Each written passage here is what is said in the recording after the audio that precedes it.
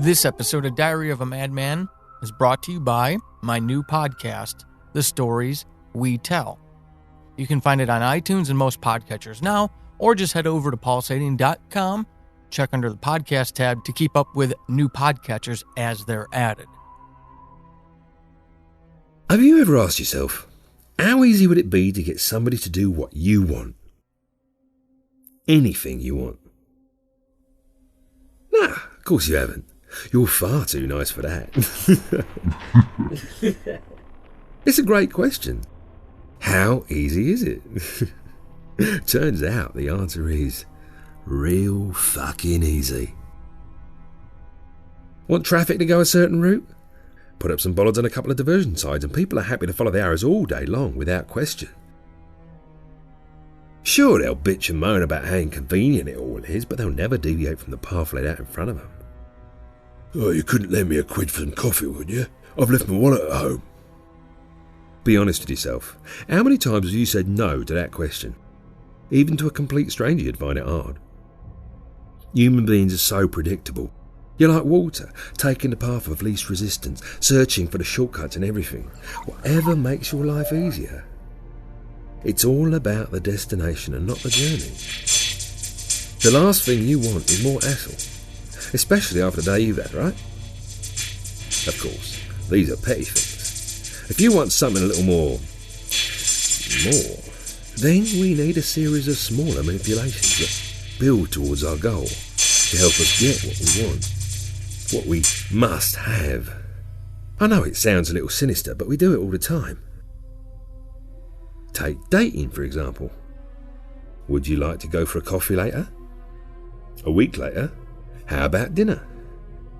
A couple of texts after that. There's a great band playing at the club this weekend. The next thing you know, you're in the sack playing hide the salami. Devouring each other like it was your last meal. Which, let's be honest here, was your initial intent way before any mention of coffee. You play the game, you do this little dance. Because asking a stranger for a fuck usually ends with a slap in the face. It's no good lying to yourself. We are what we are, and we are animals. Our basic needs are to devour and create. Dress it up how you want, but when it comes down to it, we're hardwired. It's a fundamental fact of life. Sleep, eat, fuck, repeat. Sometimes there are things you need right now.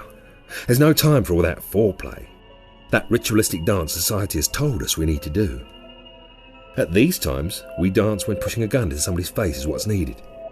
You know, get the job done right there and then.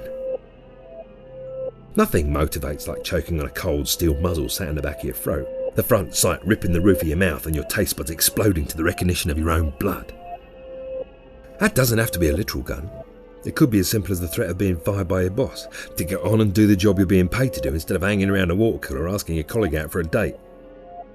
Replace the taste of steel and blood for the taste of your own embarrassment of being caught slacking off. Either way, it's a great motivator of people, and nothing motivates like the threat of death. You're all just rats in a maze, happy to follow the same path over and over.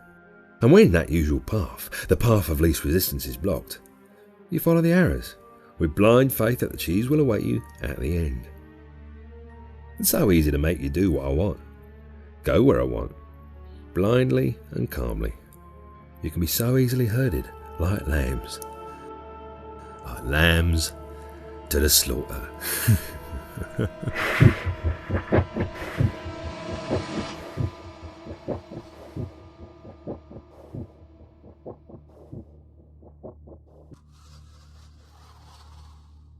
Thank you for downloading this 8th episode of Diary of a Madman from Season 2. It was written by Dohai. You can find him over on Twitter at Dohai666. The Madman is played by Cream Gronfleet. You can find him on Twitter at BullshotUK. And of course, the music was composed by Raul Vega of Rose Drive Podcast.